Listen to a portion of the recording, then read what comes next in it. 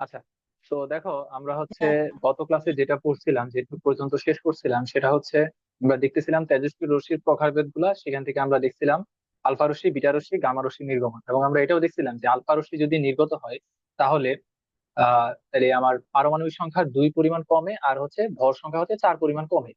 আর beta রশ্মি যদি নির্গত হয় তাহলে ভর সংখ্যার কোনো পরিবর্তন হয় না, কিন্তু পারমাণবিক সংখ্যা হচ্ছে 1 বেড়ে যায়। আর গামা রশ্মি যদি নির্গত হয় সেক্ষেত্রে হচ্ছে আমরা দেখছিলাম তোমার এখানে কোনো কিছুরই চেঞ্জ হয় না যদি গামা রশ্মি নির্গত। তো এই থিওরিটার উপর বেস করে আমরা আজকে চলো কতগুলো ম্যাথ প্রবলেম সলভ করি, যেগুলো হচ্ছে আমাদের ঢাকা ইউনিভার্সিটির ভর্তি পরীক্ষায় আসে, পাশাপাশি অনলাইনে অ্যাডমিশন টেস্টেও আসে, কিন্তু এইচএসসি এমসিকিউ তেও প্রায় আসতে দেখা যায়। তো চলো এখান থেকে আমরা স্টার্ট করি, যে গত ক্লাসের থিওরির উপর ভিত্তি করে আমরা কয়েকটা কোশ্চেন সলভ করি। আচ্ছা, তো এইটা প্রথম কোশ্চেন, আমাকে এটা দেওয়া আছে, কি দেওয়া আছে, যে ইউরেনিয়ামের একটা আইসোটোপ দেওয়া আছে যার ভর সংখ্যা হচ্ছে 238 আর যার পারমাণবিক সংখ্যা হচ্ছে 92। এইটা থেকে এই যে ইউরেনিয়ামের যে নিউক্লিয়াস, এটা তেজস্ক্রিয় বিকিরণের মাধ্যমে পরিণত হইতেছে লেডে। লেডের আইসোটোপটা হচ্ছে 206 আর 82। এই প্রক্রিয়ায় কয়টা আলফা এবং কয়টা বিটা কণা নিঃসৃত হয়, এটাই হচ্ছে আমাকে জিজ্ঞেস করতে বলা হয়েছে। তো এটা নর্মালি এমসিকিউ তে আসে। তো এমসিকিউ তে যদি আসে তাহলে হচ্ছে তুমি কিভাবে ক্যালকুলেট করবা সেটাই চলো আমরা একটু দেখি। তো প্রথম কথা হচ্ছে, আমরা কিন্তু দেখছিলাম যে আলফা রশ্মি যদি নির্গত হইতো তাহলে হচ্ছে ভর সংখ্যা 4 কমতো, পারমাণবিক সংখ্যা 2 কমতো। আর হচ্ছে বিটা যখন নির্গত হইতো সেক্ষেত্রে হচ্ছে আমাদের ভর সংখ্যাটা সেম থাকতো, আর হচ্ছে আমাদের কি বলে পারমাণবিক সংখ্যা হচ্ছে 1 পরিমাণ বৃদ্ধি পাইতো। তাহলে তুমি প্রথমে ভর সংখ্যাটা ক্যালকুলেট করে ফেলো। যে দেখো, যে শুরুতে আমার যে ইউরেনিয়ামটা যেটা ছিল এটা থেকে কনভার্ট হয়েছে হচ্ছে ল্যাডে। তো যখন আমার ইউরেনিয়াম ছিল তখন তার ভর সংখ্যা ছিল হচ্ছে 238, আর যখন ল্যাড হয়েছে তখন তার ভর সংখ্যা হয়েছে 206। তাহলে ভর সংখ্যার চেঞ্জ হয়েছে কতটুক, পরিবর্তন হয়েছে কতটুক, এখানে যদি দেখি দেখো পরিবর্তন হয়েছে কিন্তু 32 পরিমাণ হচ্ছে পরিবর্তন হয়েছে, ভর সংখ্যার পরিবর্তন হয়েছে। আর হচ্ছে পারমাণবিক সংখ্যার পরিবর্তনটা যদি একটু দেখি, যে একটা ছিল হচ্ছে 92, 92 থেকে হয়েছে 82 হয়েছে। তাহলে এখানে চেঞ্জ আসছে কিন্তু 10, 10 একক চেঞ্জ হয়েছে এখানে। আচ্ছা, তো ভর সংখ্যার পরিবর্তন হয় কার কারণে, আলফা নাকি বিটার কারণে? আমরা কিন্তু জানি ভর সংখ্যার কিন্তু পরিবর্তন হয় আলফার কারণে, বিটার কারণে কিন্তু ভর সংখ্যার কোনো পরিবর্তন হয় না। এবং আমরা এটাও কিন্তু জানি যে একটা আলফা কণা যদি নির্গত হয় সেক্ষেত্রে ভর সংখ্যাটা কত কমে, 4 পরিমাণ কিন্তু কমে যায়। হ্যাঁ, -4 পরিমাণ কমে যায়। তো আমি এখানে দেখতেছি ভর সংখ্যা কমছে হচ্ছে 32 পরিমাণ। তার মানে একটা আলফা কণার জন্য যদি ভর সংখ্যা 4 পরিমাণ কমে যায় তাহলে কয়টা আলফা কণার জন্য 32 পরিমাণ কমবে? অবশ্যই আমি বলতে পারতেছি, এখানে আমার আলফা কণা বের হয়েছে কয়টা, 8টা আলফা কণা। এই যে এটা হচ্ছে আলফা কণার পরিমাণ। এরপর আসে হচ্ছে বিটা কণার ক্যালকুলেশন। তো এখন দেখো, যে আলফা কণা যদি 8টা যদি বের হয়ে যায়, তো একটা আলফা কণার কারণে পারমাণবিক সংখ্যা কত কমে? 2 পরিমাণ কিন্তু কমে। তাহলে 8টা আলফা কণার কারণে আমার পারমাণবিক সংখ্যা কমবে কত? 16 পরিমাণ কিন্তু কমবে। তাহলে দেখো, যে 92 ছিল সে শুরুতে, তো 92 থেকে 16 যদি মাইনাস হয়ে যায় তাহলে কত হয়? 92 থেকে তুমি 16 মাইনাস করো, তাহলে 92 মাইনাস হচ্ছে 16, এটা হয় হচ্ছে তোমার 76। 76 হয়ে গেছে। কিন্তু আমি দেখতেছি কত এখানে, এখানে কিন্তু আছে 86। তো এখন এই 76 থেকে সে 82 তে যাবে, 76 থেকে 82 তে যাবে। তো এটা এটা এখানে কন্ট্রিবিউশন কে ছিল? আলফার জন্য এটা কন্ট্রিবিউশন ছিল। আর এখানে 76 থেকে যে 82 হয়েছে, এখানে কন্ট্রিবিউশন কার? Bitter contribution. তাহলে তুমি খেয়াল করো, আমি কিন্তু জানি যে একটা বিটা কণা যদি সে নিঃসৃত হয় তাহলে তার পারমাণবিক সংখ্যা কিন্তু 1 পরিমাণ বেড়ে যায়। তাহলে দেখো, 76 থেকে যদি 82 যদি হয় তাহলে বাড়ছে কত? +6 পরিমাণ কিন্তু বাড়ছে। তো একটা বিটার কণার কারণে যেহেতু পারমাণবিক সংখ্যা 1 পরিমাণ বাড়ে, যেহেতু +6 হয়েছে, তার মানে আমি বলতে পারতেছি এখানে আমার বিটা কণা বের হয়েছে হচ্ছে 6টা। দেখো তো সবাই, বুঝলাম কিনা এটা? জি ভাইয়া, বুঝছি। আচ্ছা, তো ভাইয়া যখন হচ্ছে ওই তোমাকে আলফা, 76 থেকে, ভাইয়া ওই যে হ্যাঁ হ্যাঁ, 76 থেকে 82 এটা বুঝি নাই, এটাতে আচ্ছা একটু এটা বোঝো না। প্রবলেম হচ্ছে কিভাবে। আচ্ছা আচ্ছা, দেখো, যে ধরো আমরা আমরা কিন্তু গত ক্লাসে বলছিলাম যে ধরো এক্স হচ্ছে একটা মৌল আছে, তার ভর সংখ্যা হচ্ছে এ আর তার পারমাণবিক সংখ্যা হচ্ছে জেড। এখন এখান থেকে যদি বিটা কণা যদি নিঃসৃত হয় তাহলে আমরা দেখছিলাম যে এক্স মৌলটা পরিবর্তিত হয়ে ওয়াই হয়ে যেত, কিন্তু তার ভর সংখ্যাটা অপরিবর্তিত থাকতো, বাট তার পারমাণবিক সংখ্যা কিন্তু Z+1 হয়ে যেত। তাহলে তুমি খেয়াল করো, আমি দেখতেছি এখানে যে আলফা কণা নিঃসৃত হওয়ার পরে তার পারমাণবিক সংখ্যা 92 থেকে কিন্তু 76 হয়ে যাবে। কিন্তু আবার যখন বিটা কণা যখন নিঃসৃত হবে, তো এখন আমার দেখো কত দেওয়া আছে, আমার হিসাব অনুযায়ী আলফা কণা বের হওয়ার পরে তার কত হওয়া উচিত ছিল? 76। কিন্তু এখানে কত? 82। তার মানে অবশ্যই এখানে আলফা কণার পাশাপাশি বিটা কণাও কিন্তু বের হয়েছে। তাহলে দেখো, 76 থেকে যেহেতু 82 হয়েছে তাহলে বাড়ছে কত পরিমাণ? +6 কিন্তু বাড়ছে, অর্থাৎ 6 পরিমাণ কিন্তু বাড়ছে। তো দেখো, আমরা কিন্তু জানি একটা বিটা কণা যদি বের হয় তাহলে তার পারমাণবিক সংখ্যা কিন্তু 1 পরিমাণ বৃদ্ধি পায়। তো এখানে যেহেতু 76 থেকে যেহেতু 82 হয়েছে, 6 পরিমাণ বাড়ছে, তাহলে বিটা কণা কয়টা বের হয়েছে? অবশ্যই 6টা বের হয়েছে এখান থেকে। বোঝা গেছে এবার? জি ভাইয়া, বুঝছি। জি। আচ্ছা, তাহলে এরপর একটা চলো প্র্যাকটিস করি, তাহলে আরো ক্লিয়ার হয়ে যাবে। তো এই কথাটা আরেকবার বলি যে তোমার আলফা আর বিটা যখনই তোমাকে বের করতে বলবে তুমি কিন্তু শুরুতে আগে আলফার ক্যালকুলেশনটা করবা। কেন? কারণ কিন্তু আলফা গণনার কারণে কিন্তু আমার ভর সংখ্যাটাও চেঞ্জ হচ্ছে, বাট বিটার কারণে কিন্তু ভর সংখ্যা চেঞ্জ হচ্ছে না, ঠিক আছে? তো প্রথমে তুমি আলফার ক্যালকুলেশন করবা, তারপর হচ্ছে বিটার ক্যালকুলেশন করবা। আচ্ছা, তারপর এটার মধ্যে আসি। দেখো এটা থেকে বলা হয়েছে যে এ নামক একটা মৌল, এটা তেজস্ক্রিয় বিকিরণের মাধ্যমে হচ্ছে বিতে কনভার্ট হয়েছে। এই প্রক্রিয়া কয়টা আলফা কয়টা বিটা গণনা নিশ্চিত হয়। সো আমি আগে হচ্ছে আলফার ক্যালকুলেশনটা করবো। সো আলফার ক্যালকুলেশনের আগে হচ্ছে আমি ভর সংখ্যার পরিবর্তনটা দেখবো, সেটা কত হয়েছে। দেখো 222 থেকে পরিবর্তন হয়ে হচ্ছে 210 হয়েছে। তাহলে এখানে ভর সংখ্যার পরিবর্তন হয়েছে কত? 12 একক পরিবর্তন হয়েছে। তো একটা আলফা কণার কারণে যেহেতু 4 একক পরিবর্তন হয়, তাহলে 12 একক পরিবর্তন হবে কিন্তু আমার তিনটা আলফা কণার জন্য। তো আমি বলতে পারতেছি এখানে আলফা কণা বের হয়েছে তিনটা। আচ্ছা, এবার তুমি দেখো যে পারমাণবিক সংখ্যা 86 থেকে 84 হয়েছে। 86 থেকে 84 হয়েছে। আচ্ছা, তো এবার আলফার জন্য যদি আমি বলি যে আলফার জন্য একটা আলফা যদি বের হয় তাহলে হচ্ছে পারমাণবিক সংখ্যা কিন্তু তোমার 2 একক কমে যায়। তো এখন আলফা বের হয়েছে কয়টা? তিনটা বের হয়েছে। তো তিনটা যদি আলফা যদি বের হয়, এই যে দেখো এখান থেকে যদি আলফা যদি বের হয় যে মাইনাস আলফা, আলফা যদি এখান থেকে বের হয় তাহলে 86 থেকে কত হয়ে যাবে? এটা 80 হয়ে যাবে। কিন্তু আমি দেখতেছি কত, এখানে তো আছে 84। তার মানে অবশ্যই এখানে বিটা কণা বের হয়েছে, তাহলে 80 থেকে হয়েছে হচ্ছে 84। তাহলে এখানে বিটা কণা তাহলে বের হয়েছে। তো কয়টা বিটা কণা বের হয়েছে? 80 থেকে যেহেতু 84 যেহেতু হয়েছে, তাহলে কত? +4 হয়েছে। তো +4 একটা বিটা কণার জন্য +1 হয়। তাহলে 4 প্লাসের জন্য বা +4 এর জন্য তোমার বিটা কণা বেরোছে কিন্তু 4টা। তো বিটা ইকুয়াল এখানে হবে 4। এটা আমার এমসিকিউ অপশনে থাকবে। দেখো বোঝা গেছে কিনা। জি ভাই, বুঝছি। আচ্ছা, তাহলে আমরা এরপরে আগে, খুবই গুরুত্বপূর্ণ কিন্তু এই টাইপের কোশ্চেন গুলা। ঢাকা ইউনিভার্সিটির কোশ্চেন ব্যাংক খুললেই দেখবা এগুলাতে ভর্তি। আচ্ছা, এরপরে আসি আরেকটা, এটা সম্ভবত ইসাক স্যারের বই থেকে নিছিলাম। যে দেখো বেরিলিয়াম কে আলফা কণা দ্বারা আঘাত করলে একটা নিউট্রন নির্গত হয় এবং অন্য একটা মৌল সৃষ্টি হয়, মৌলটা শনাক্তকরণ করো। আচ্ছা, তো এতক্ষণ আমরা দেখছি যে একটা মৌল তেজস্ক্রিয় বিকিরণের মাধ্যমে হচ্ছে আলফা রশ্মি বা বিটা রশ্মি বিকিরণ করতো।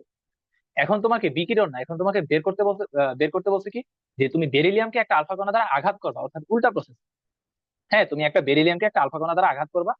তো আঘাত করার ফলে কি হয়েছে? একটা নিউট্রন তৈরি হয়েছে, একটা নির্গত হয়েছে, আর আরেকটা হচ্ছে যে অন্য আরেকটা মৌল তৈরি হয়েছে। তো মৌলটা শনাক্তকরণ করতে বলা হয়েছে। তো চলো বিক্রিয়ার আগে সলভ করি। যে এখানে হচ্ছে আমার বেরিলিয়াম, যার ভর সংখ্যা হচ্ছে 9, পারমাণু সংখ্যা হচ্ছে 4। এটার হচ্ছে আমি একটা আলফা কণা দ্বারা আঘাত করছি। তো আলফা কণা মানে কি? আসলে আলফা কণা মানে কিন্তু আমার দ্বি ধনাত্মক হিলিয়াম নিউক্লিয়াস, অর্থাৎ He4, আর এখানে হচ্ছে 2, দ্বি ধনাত্মক হিলিয়াম নিউক্লিয়াস। আচ্ছা, তো এখান থেকে তাইলে কি কি তৈরি হয়েছে একটু দেখি। এখান থেকে তৈরি হয়েছে একটা নিউট্রন তৈরি হয়েছে, অর্থাৎ N, যার কি বলে পারমাণবিক সংখ্যা 0, আর আর আপেক্ষিক ভর সংখ্যা হচ্ছে 1। প্লাস আরেকটা মৌল তৈরি হয়েছে, বাট কি তৈরি হয়েছে আমি জানি না, আমি ধরে নিলাম হচ্ছে এক্স তৈরি হয়েছে। এক্স তৈরি হয়েছে, এখন হচ্ছে তোমার এক্সটাকে শনাক্তকরণ করা লাগবে। তো দেখো এক্স যদি শনাক্তকরণ করতে চাই, আমাদের হচ্ছে ভর সংখ্যার নিত্যতা আর হচ্ছে পারমাণবিক সংখ্যার নিত্যতা এটা অ্যাপ্লাই করা লাগবে। ভর সংখ্যার নিত্যতা মানে কি? মানে হচ্ছে রিয়েকশনের আগে টোটাল ভর সংখ্যা যা হবে, রিয়েকশনের পরে টোটাল ভর সংখ্যা সেম হবে। তাহলে দেখো এখানে 9+4, এখানে কত? 9+4। তাহলে 9+4 মানে কত? 13। তো 13 এর মধ্যে এখানে কিন্তু অলরেডি আমার এক আছে। এই যে দেখো 13 এর মধ্যে অলরেডি নিউট্রনের কাছে কিন্তু এক আছে, তাহলে এখানে কত আসবে? 12 আসবে। তারপরে এখানে আছে 4, এখানে আছে 2, তাহলে 4+2 মানে কত? 6।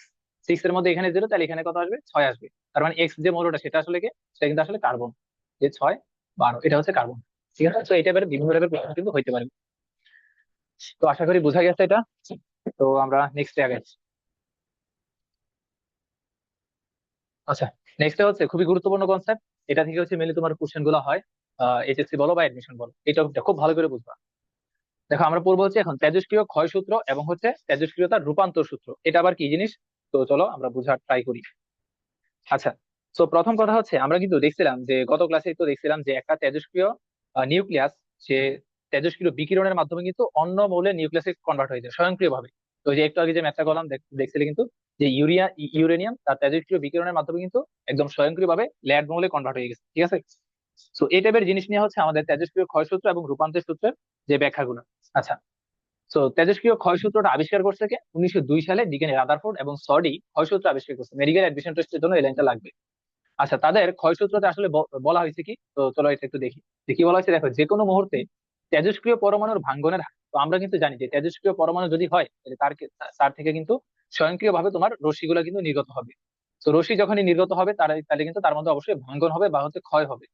তো এটাই বলা হয়েছে যে যে কোনো মুহূর্তে তেজস্ক্রিয় পরমাণুর ভাঙ্গনের হার ওই মুহূর্তে উপস্থিত অক্ষত পরমাণুর সমানুপাতিক। আচ্ছা, এটা দিয়ে আসলে বুঝাইছে কি, তো চলো আমরা একটা ফিগার দিয়ে বোঝার ট্রাই করি। তো এটা ধরো হচ্ছে তোমার একটা তেজস্ক্রিয় মৌলের একটা নিউক্লিয়াস। সো এটা ধরো আমি T = 0 টাইম, অর্থাৎ এটা হচ্ছে তুমি মাত্র হচ্ছে পরিবেশে উন্মুক্ত করে দিছো। তো যখনই হচ্ছে তুমি তাকে বিশেষ অবস্থা থেকে যখন পরিবেশে উন্মুক্ত করে দিবা, তো তখনই কিন্তু তার তেজস্ক্রিয় বিকিরণটা শুরু হবে। তো আমরা ধরে নিচ্ছি যে একদম T=0 টাইমে যখন তুমি তাকে সামনে এনে রাখছো, তো তখনই কিন্তু তার থেকে বিকিরণ গুলো শুরু হবে। হ্যাঁ, একদম বিকিরণ শুরু হওয়ার স্টার্টিং পয়েন্ট হচ্ছে এটা, T=0 টাইম। তো আমরা ধরে নিচ্ছি তার মধ্যে যে সকল অ্যাটম গুলো আছে, হ্যাঁ, তার মধ্যে যে সকল যে তেজস্ক্রিয় যে অ্যাটম গুলো আছে, তো ওইগুলা আর সংখ্যা হচ্ছে, ধরো আমরা বললাম হচ্ছে কি এন নোট। তাহলে এন নোট কি জিনিস? এন নোট হচ্ছে তোমার আদি পরমাণু সংখ্যা। এন নোটটা কি, আমি এখানে পরিচয়গুলো সহ লিখে দিচ্ছি। এন নোট হচ্ছে তোমার আদি পরমাণু সংখ্যা। আদি পরমাণু সংখ্যা, পরিচয়গুলো কিন্তু খুবই গুরুত্বপূর্ণ, এগুলো লাগবে। আদি পরমাণু সংখ্যা। আচ্ছা, এখন আমি বললাম যেহেতু তুমি এটারে পরিবেশে যেহেতু রাখছো, এটা যেহেতু তেজস্ক্রিয় বিকিরণ করতেছে, তাহলে সে কিন্তু আস্তে আস্তে কিন্তু বিকিরণ করে তার সাইজটা কিন্তু আস্তে আস্তে ছোট হতে থাকবে, কারণ সে কিন্তু কন্টিনিউয়াসলি তার ক্ষয় হতে থাকবে। তো ধরো আমি বললাম যে T=T সময়ে, হ্যাঁ, এখানে ধরো বললাম আমি T=T টাইম। তো T=T টাইম মানে কি, যে তার এই আদি আদি কন্ডিশন থেকে, এটা ধরো ইনিশিয়াল কন্ডিশন, আর এটা ধরো যে তার ফাইনাল কন্ডিশন। আর ইনিশিয়াল কন্ডিশন থেকে তার ফাইনাল কন্ডিশনে পৌঁছাতে সময় লাগছে তার টি পরিমাণ সময়।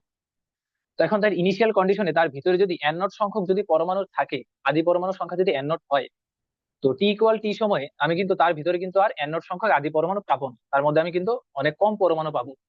তো আমি ধরো বললাম তার মধ্যে এখন আমি পাইলাম হচ্ছে এন পরিমাণ পরমাণু পাইলাম। তাহলে এনটা কি জিনিস? এন হচ্ছে আমার বর্তমান পরমাণু সংখ্যা। বর্তমান পরমাণু সংখ্যা। তো বর্তমান পরমাণু সংখ্যা যে কথা, আমার অবশিষ্ট পরমাণু সংখ্যা কিন্তু একই কথা, অবশিষ্ট পরমাণু সংখ্যা। তাহলে এন নোটের পরিচয় কি? আদি পরমাণু সংখ্যা। আর এন এর পরিচয় কি? বর্তমান পরমাণু সংখ্যা বা হচ্ছে অবশিষ্ট পরমাণু সংখ্যা। তাহলে এখন ক্ষয় হয়েছে কি পরিমাণ? ক্ষয় হয়েছে কি পরিমাণ? ক্ষয় তাহলে কত? এন নোট মাইনাস হচ্ছে এন, এই পরিমাণ হচ্ছে আমার এখানে ক্ষয় হয়েছে। আচ্ছা, ক্ষয়, তাহলে ক্ষয় তাহলে কত বলবো আমরা? এন নট মাইনাস হচ্ছে এন বলবো, বা এটার আমরা কি বলতে পারি? ডেল্টা এন বলতে পারি।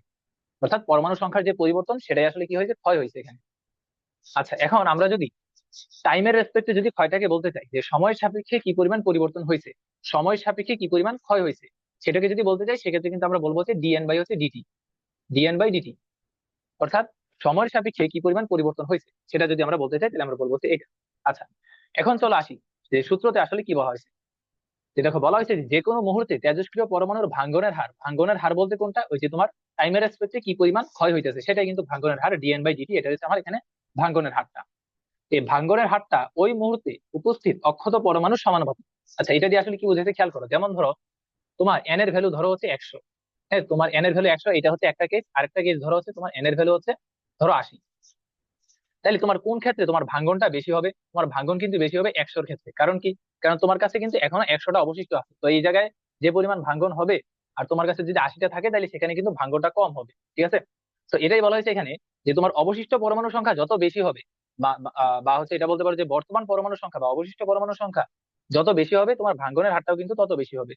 তোমার অবশিষ্ট পরমাণু সংখ্যা যদি থাকে 100টা, আর অবশিষ্ট পরমাণু সংখ্যা যদি থাকে 80টা, তাহলে দুইটার মধ্যে কোনটার ভাঙ্গনের হার বেশি হবে?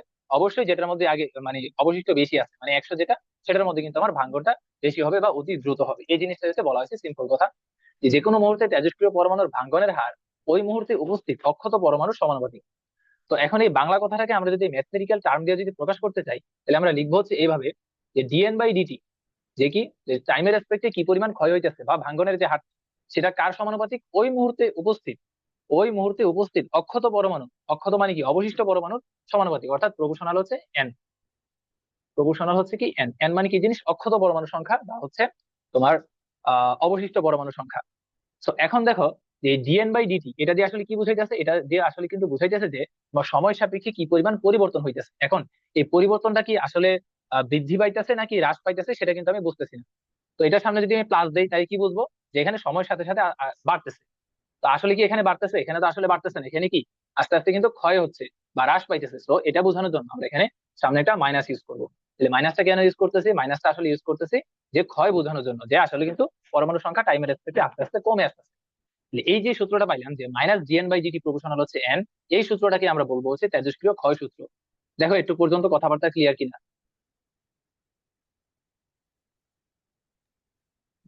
হ্যাঁ। সবাই বুঝছি একটু? ওকে, তাহলে এরপর আসি। তাহলে দেখো, তোমার মেডিকেল অ্যাডমিশন টেস্টে কিন্তু আসতে পারে যে এই সূত্রটার নামটা কি? আসলে এই সূত্রটার নাম কিন্তু ক্ষয় সূত্র, নট রূপান্তর সূত্র। রূপান্তর সূত্র কিন্তু আরেকটা, এই সূত্রটাকে বলবো হচ্ছে আমরা ক্ষয় সূত্র। উপর দিয়ে আমি লিখে দিচ্ছি যে এই যে সূত্রটা, এটাকে বলবো হচ্ছে আমরা ক্ষয় সূত্র। তো এই ক্ষয় সূত্র থেকে হচ্ছে আমরা এখন রূপান্তর সূত্রটা বিল্ড আপ করবো। তো চলো বিল্ড আপ করি রূপান্তর সূত্রটা আসলে কিরকম হয় দেখতে। তো চলো দেখা যাক। আচ্ছা, তো এখন দেখো যে আমরা এখানে এই যে ক্ষয়সূত্র যেটা পাইছি এটাকে একটু মডিফাই করি। কিভাবে মডিফাই করবো, এখানে রাখলাম হচ্ছে DN by DT, proportional sign তুলে আমরা একটা ইকুয়াল দিলাম, মাইনাসটাকে আমি এ সাইডে শিফট করে দিলাম। তো সমানুপাতিক চিহ্ন তুলে কিন্তু একটা কনস্ট্যান্ট দেওয়া লাগে, তো আমরা একটা কনস্ট্যান্ট দিলাম, কনস্ট্যান্টের নাম হচ্ছে ল্যামডা। ল্যামডা দিয়ে কি বোঝায়, ল্যামডা দিয়ে বোঝায় হচ্ছে তোমার ক্ষয় ধ্রুবক। এই ল্যামডার নাম কি, ল্যামডার নাম হচ্ছে ডিকে কনস্ট্যান্ট বা হচ্ছে ক্ষয় ধ্রুবক। ক্ষয় ধ্রুবক এটা হচ্ছে একটা কনস্ট্যান্ট। কনস্ট্যান্ট বলতে তোমার যে কোনো একটা নির্দিষ্ট মৌলের জন্য কনস্ট্যান্ট। যেমন তেজস্ক্রিয় কার্বন পরমাণুর জন্য একরকম ক্ষয় ধ্রুবক আসবে, আবার তেজস্ক্রিয় ইউরেনিয়ামের জন্য আরেক রকম ক্ষয় ধ্রুবক আসবে। এটা আর কি, যে একটা নির্দিষ্ট মৌলের জন্য আমার ল্যামডাটা হচ্ছে নির্দিষ্ট। আচ্ছা, এখন এই জিনিসটাকে হচ্ছে আমরা এবার আরেকটু মডিফাই করি। যে এখান থেকে তুমি একটা কাজ করো, যে এই যে ডিএন যেটা আছে এটা নিচে তুমি এন্টারে নিয়ে আসো, আর এখানে রাখো মাইনাস ল্যামডা, আর ডিটিটা এখানে থাকবে। এখন হচ্ছে আমরা একটু ইন্টিগ্রেশন করি এটা। ইন্টিগ্রেশন যখন করব তখন অবশ্যই আমাদের এখানে লিমিটটা নিয়ে একটু কেয়ারফুল থাকা লাগবে। তো এখানে থাকলো হচ্ছে আমার ওয়ান, এখানে থাকলো হচ্ছে এন, আর এখানে থাকলো হচ্ছে ডিএন ইকুয়াল, এখানে থাকলো হচ্ছে minus integration lambda D T. তো এখন দেখো আমরা এখানে কি আছে, এন আছে, তো এন এর লিমিট কত বসাবো, যে শুরুতে কত ছিল এন নট, আর বর্তমানে কত হয়েছে এন হয়েছে, তাহলে আমার এন এর যে লিমিট আছে সেটা কত হবে, এখানে এন নট থেকে এন হবে, এটা হচ্ছে এন এর লিমিটটা। টাইমের লিমিট কত হবে, যে টি ইকুয়াল জিরো থেকে টি ইকুয়াল টি পর্যন্ত, তার মানে এখানে বসাবো জিরো, এখানে বসাবো হচ্ছে টি। তাহলে এবার তুমি এটারে ইন্টিগ্রেশন করো, তো ওয়ান বাই এন এর ইন্টিগ্রেশন কি, এটা হচ্ছে লন এন, আর লিমিট বসাই যায় এখানে। এখানে থাকবে হচ্ছে এন, আর এখানে থাকবে হচ্ছে আমার N naught equal minus lambda তো বাইরে চলে আসবে, আর এখানে কত থাকবে, এখানে থাকবে হচ্ছে টি, আর এখানে থাকবে জিরো, আর এখানে থাকবে টি। তো এখান থেকে আমি ক্যালকুলেশন করলে আমি অনেকটা এরকম পাবো, যে হচ্ছে কত পাওয়া যায় আমার লন এন ডিভাইডেড এন, এটাই তো, হ্যাঁ এটাই আসবে, আর মাইনাস এখানে থাকবে হচ্ছে ল্যামডা টি, এটা পাইলাম। আচ্ছা, তো এবার এখানে একটা কাজ করো, যে তুমি লনটারে ওই সাইডে নিয়ে যাও। লনটারে যদি আমি ওই সাইডে নিয়ে যাই, দেখো আমি ক্যালকুলেশনটা একটু এখানে দেখাচ্ছি, এই যে একটু এখানে দেখাচ্ছি দেখো, যে লনটারে যদি আমি ওই সাইডে নিয়ে যাই তাহলে কাহিনী কি হবে। তো লনটারে যদি আমি সাইড যদি চেঞ্জ করি তাহলে কিন্তু এটা এক্সপোনেনশিয়াল হয়ে যাবে। মানে বুঝাইতে চাচ্ছি এটা এরকম আসবে, যে N divided N naught equal e to the power minus lambda t, এটা আসবে। তো এইখান থেকে আমরা আমাদের কাঙ্ক্ষিত ইকুয়েশন কিন্তু পেয়ে গেছি, সেটা কি N equal N naught e to the power minus lambda t. এটাই হচ্ছে আমাদের সেই কাঙ্ক্ষিত ইকুয়েশন, যেটাকে আমরা বলবো হচ্ছে রূপান্তর সূত্র। যে ক্ষয়সূত্র ছিল ওই যে minus GN by DT proportional N, এটা ছিল ক্ষয়সূত্র। আর রূপান্তর সূত্র কোনটা, N equal N naught e to the power minus lambda t, এটাকে বলবো হচ্ছে আমরা রূপান্তর সূত্র। দেখো এটা নিয়ে আর কারো কোনো কনফিউশন আছে কিনা। ভাইয়া এই ক্ষয় ধ্রুবক কি টাইম মানে যেই টাইমের একক ধরবো ওই টাইমের সাথে হবে? হ্যাঁ হ্যাঁ হ্যাঁ, ধরো তুমি যদি ক্যালকুলেশন করো বছর এককে, তাহলে ক্ষয় ধ্রুবকের একক কিন্তু হবে পার ইয়ার। তো ওইটা নিয়ে আমরা একটু পরেই বিস্তারিত আলোচনা করবো। আপাতত বলো এখান থেকে কোনো কনফিউশন আছে কিনা। আচ্ছা আচ্ছা, তাহলে হচ্ছে আমরা ভাইয়া এরপরে আগে চলে। হ্যাঁ বলো। ভাই এই যে ক্ষয় সূত্র আর রূপান্তর সূত্র, মানে এটা তো আর সূত্র বলতে সমানুপাতিক একটা চিহ্ন দ্বারা যাচ্ছে, এটা দ্বারা কি কোনো ম্যাথমেটিক্যাল কিছু বোঝায়? এই জিনিসটা দিয়া, জি ভাইয়া, হ্যাঁ হ্যাঁ এটা এটা দিয়ে, দ্বারা। হ্যাঁ এটা দিয়ে তোমার ম্যাথমেটিক্যাল জিনিস বোঝায়, আমরা একটু পরে আসবো যখন আমরা তেজস্ক্রিয়তা বা সক্রিয়তা পড়বো, তখন কিন্তু আবার ক্ষয় সূত্রটার কাজে লাগবে। এটা নিয়ে আমরা একটু পরেই আলোচনা করবো। জি ভাইয়া, জি। আচ্ছা, সো আমাদের কিন্তু থিওরি মোটামুটি কমপ্লিট। আচ্ছা, থিওরি আরো বাকি আছে, কমপ্লিট না।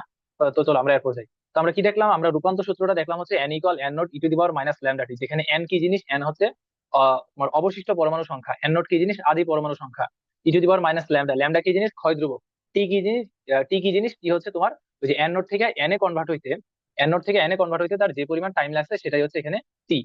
আচ্ছা, তো একটু পর্যন্ত গেল। তো এখন চলো আমরা একটু দেখা ট্রাই করি যে আমাদের যে রূপান্তর সূত্র এটার গ্রাফটা আসলে কিরকম হয়, আমরা একটু দেখি চলো।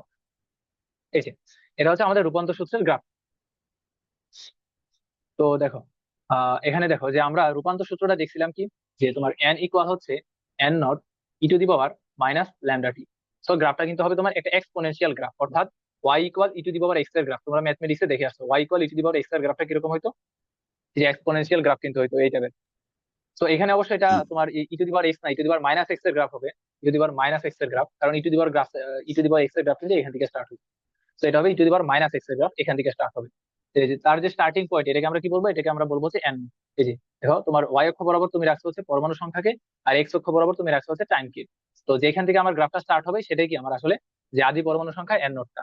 আচ্ছা, এখন এই যে এন নোট বাই ই এটা কি জিনিস, আর হচ্ছে এখানে টাউ দিয়ে আসলে কি বোঝায়, এগুলো আমরা একটু পরে আলোচনা করবো। আপাতত এই দুইটা জিনিস এখানে স্কিপ। আপাতত দুইটা জিনিস বাদ দাও, এগুলো আমরা একটু পরে আলোচনা করবো, তখন আবার এখানে ফেরত আসবে।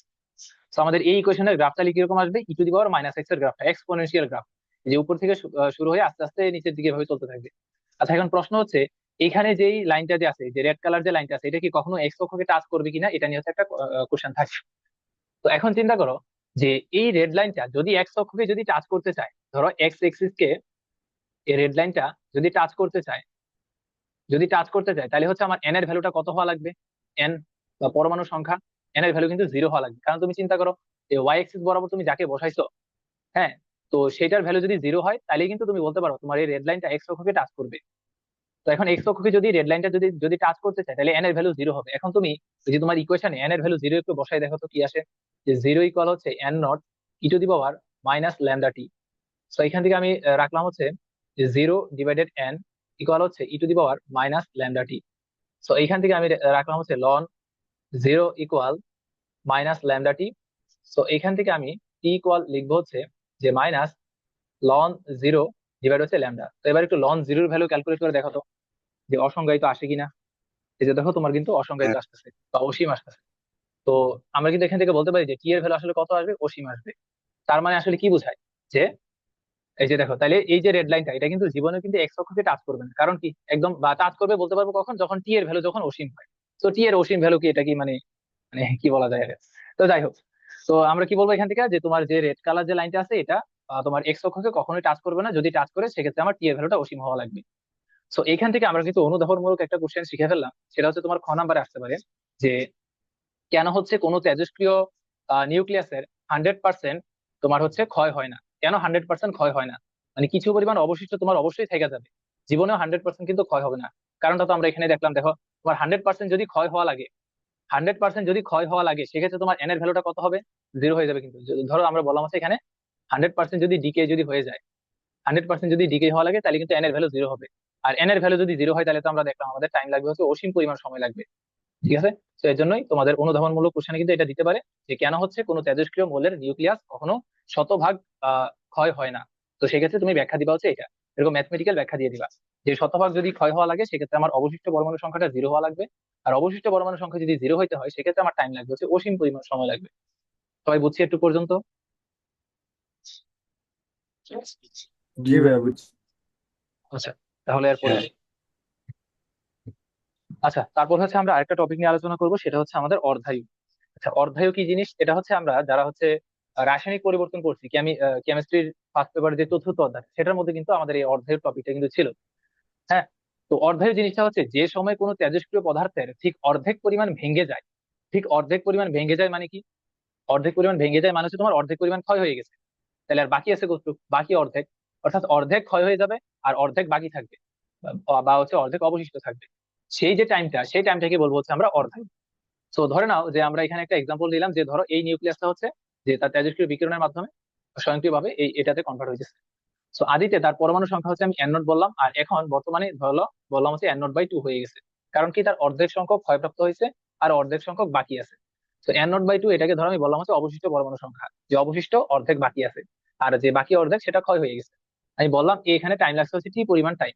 ওকে, আচ্ছা, তাহলে আমাদের সংজ্ঞা অনুযায়ী কি বলতেছি, যে যে সময়ে অতিক্রান্ত যে সময়ে অর্ধেক সংখ্যক ক্ষয়প্রাপ্ত হয়ে যাবে বা অর্ধেক সংখ্যক অবশিষ্ট থাকবে, ওই যে টাইমটা, এই টাইমটাকে আসলে আমরা কি বলতেছি, এখানে অর্ধেকে বলতেছি। অর্ধেকে প্রকাশ করা হয়েছে তোমার টি হাফ দ্বারা। তার মানে এন নোট থেকে যখনই সে n0/2 তে কনভার্ট হবে, তাহলে এখান থেকে তার যে টাইমটা লাগবে সেটাকে আমরা বলবো হচ্ছে তার অর্ধায়ু বা হচ্ছে টি হাফ। আচ্ছা, তো এবার চলো অর্ধায়ুর ইকুয়েশনটা আমরা বের করি। তো আমাদের রূপান্তর সূত্র অনুযায়ী আমরা একটু আগে দেখছিলাম যে আমাদের ফর্মুলা ছিল n ইকুয়াল হচ্ছে n naught e to the power minus lambda t, এটা ছিল ফর্মুলা। তো এবার হচ্ছে তুমি n এর জায়গায় n0/2 টা বসাবে, এখানে n0/2 বসাইলাম, আর এখানে রাখলাম হচ্ছে n naught e to the power minus lambda t. তো এবার দেখো n0 বাদ দিলাম, দুই সাইডে হচ্ছে আমি লন নিলাম, এখানে থাকবে হচ্ছে লন হাফ, আর এখানে থাকবে হচ্ছে minus lambda t. So loan half যেই কথা, মাইনাস লন দুই একই কথা, লন হাফ যেই কথা, মাইনাস লন দুই একই কথা, আর এখানে থাকবে হচ্ছে মাইনাস ল্যামডা টি। সো এবার তুমি মাইনাস মাইনাস কাইটা দাও, তাহলে দেখো টি ইকুয়াল আসবে হচ্ছে তোমার লন টু বাই হচ্ছে ল্যামডা। সো এখন এন থিকা, হ্যাঁ, এই যে তোমার সরি এন নট থিকা তোমার n0/2 তে কনভার্ট হইতে যে টাইমটা লাগে, সেটাকে আমরা কি বলতেছি আসলে তোমার অর্ধায়ু। তাহলে এখানে যে টিটা পাইছি, এই টিটা আসলে কি, এই টিটা কিন্তু আসলে তোমার অর্ধায়ুর ইকুয়েশনটা। তার মানে এখান থেকে আমরা বলতে পারি যে টি হাফ ইকুয়াল হচ্ছে লন টু ডিভাইড হচ্ছে ল্যামডা। তো অনেক বইয়ে দেখবা এভাবে লিখছে যে লন টুর ভ্যালু আছে একটা, সেটা হচ্ছে তোমার 0.693, ক্যালকুলেটর বসাও তাহলে চলে আসবে লন টুর ভ্যালু হচ্ছে 0.693, আর এখানে দেখো যে ল্যামডাটা থাকবে। তো এখন দেখো যে তোমার আমি চাইলে এখান থেকে এই জিনিসটা বলতে পারি যে আমার টি হাফ প্রপোর্শনাল কিন্তু তোমার 1/λ, অর্থাৎ ক্ষয় ধ্রুবকের সাথে তার মৌলের যে অর্ধায়ু থাকবে সেটা কিন্তু ব্যস্তানুপাতিক সম্পর্ক হবে। আচ্ছা, তো ব্যস্তানুপাতিক সম্পর্ক যদি হয়, তো এখন দেখো যে টি এর একক তো আমরা জানি যে টি এর একক বিভিন্ন কিছু হইতে পারে, যেমন ধরো তোমার এখানে সেকেন্ড হইতে পারে, ডে হইতে পারে, তারপর ইয়ার হইতে পারে, বিভিন্ন টাইপের একক হইতে পারে। তো ওই অনুযায়ী ল্যামডার এককটা কি হবে, পার সেকেন্ড হবে, তারপর পার ডে হবে, এই যে পার ডে হবে, তারপর পার ইয়ার হবে। তো এই যে তোমার টি টি এর একক বলো বা হচ্ছে ল্যামডার একক বলো, এটা কিন্তু একটা আরেকটার উপর নির্ভরশীল। তো এটা ডিপেন্ড করবে তোমার কোশ্চেনে কি একক দেওয়া আছে ওইটার উপর। কোশ্চেনে যদি ইয়ার দেওয়া থাকে তাহলে তুমি ইয়ার এককে ক্যালকুলেশন করবা, যদি ডে দেওয়া থাকে তাহলে ডে তে, সেকেন্ড দেওয়া থাকলে সেকেন্ডে ক্যালকুলেট করবে। এই হচ্ছে আর কি আমাদের অর্ধেক টপিক। সবাই বুঝলাম একটু পর্যন্ত? জি ভাইয়া বুঝছি। আচ্ছা, ভাইয়া তাহলে আমরা এরপরে আসি। হ্যাঁ বলো, কোনো কোশ্চেন আছে?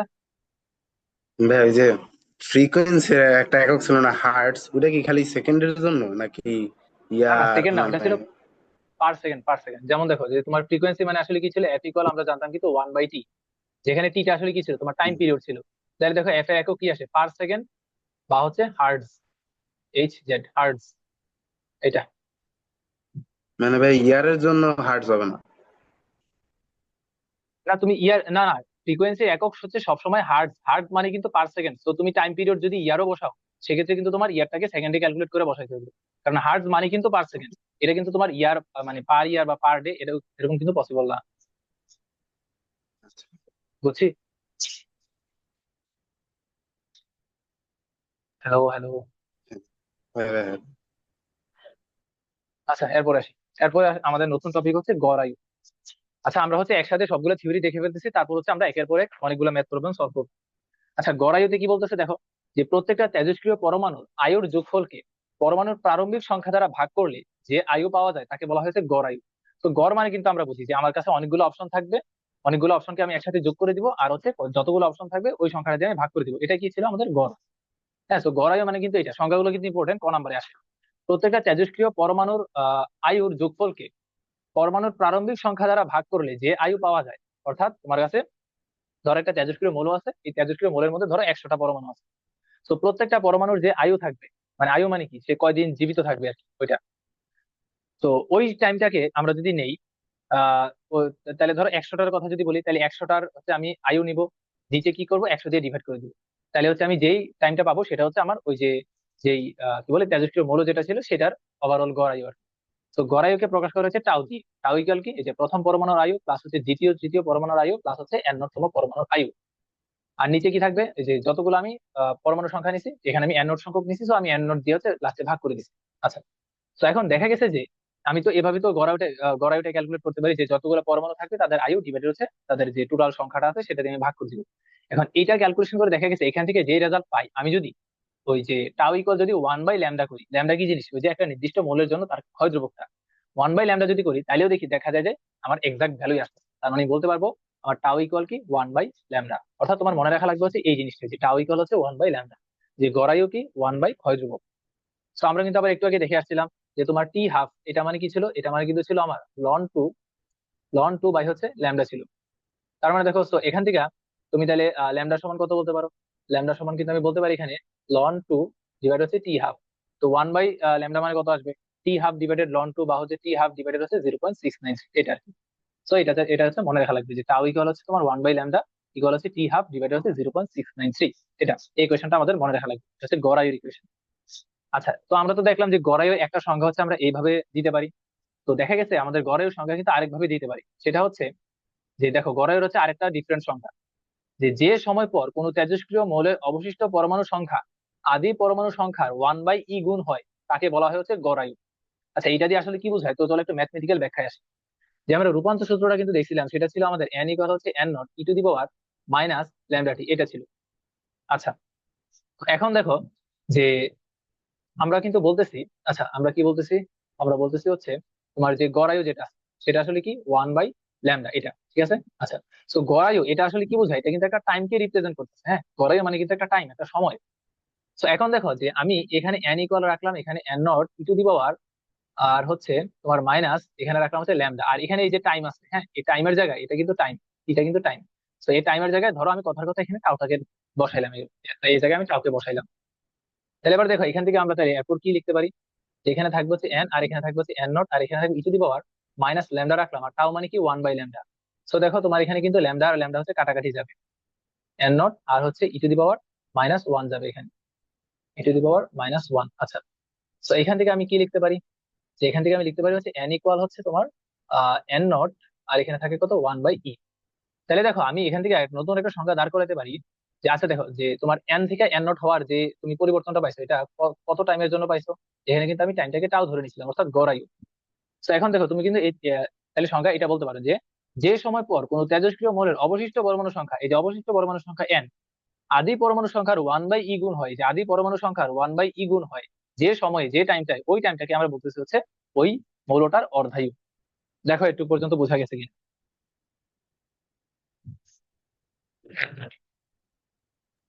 জি ভাইয়া বুঝছি। বুঝছি ভাইয়া।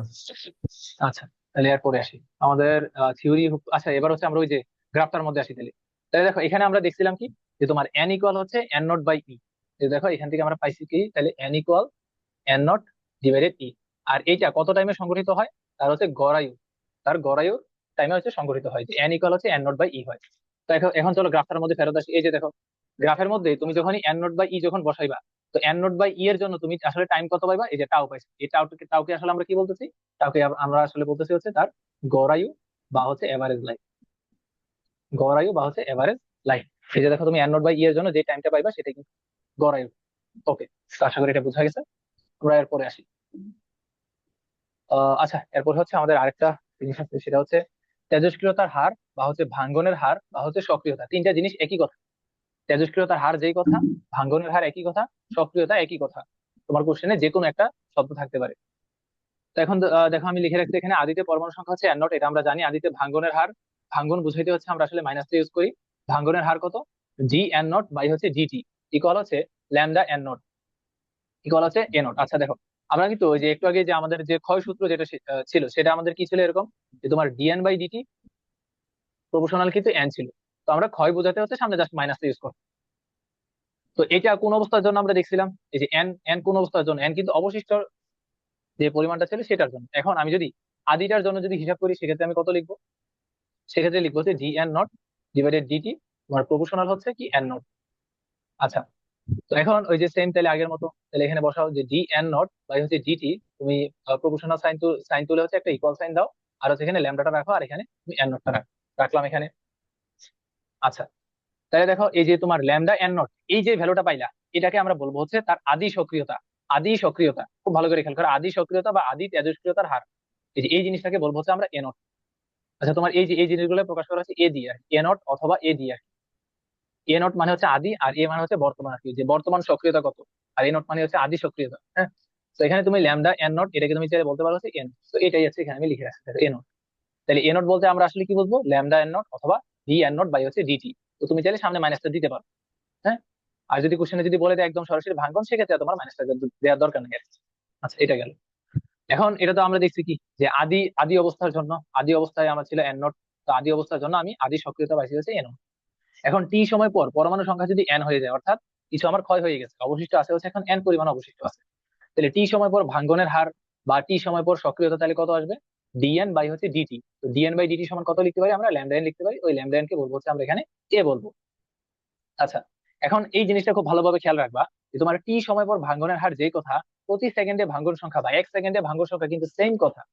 টি সময় পর ভাঙ্গনের হার এটা যেই কথা, এক সেকেন্ডে ভাঙ্গন সংখ্যা, এক সেকেন্ডে ভাঙ্গন সংখ্যা বা প্রতি সেকেন্ডে ভাঙ্গন একই কথা। খুব ভালোভাবে মনে রাখবা, কোশ্চেনে কিন্তু কাজে লাগবে এগুলা, ম্যাথে কিন্তু আছে আছে এই লাইনগুলা। যে কোনো একটা শব্দ থাকতে পারে, টি সময় পর ভাঙ্গনের হার অথবা প্রতি সেকেন্ডে ভাঙ্গন সংখ্যা, তাহলে এটা যদি থাকে তাহলে আমরা কি বের করবো, lambda N divided lambda T equal হচ্ছে, sorry, DN by DT equal হচ্ছে ল্যামডা এন ইকুয়াল হচ্ছে এটা বের করবো।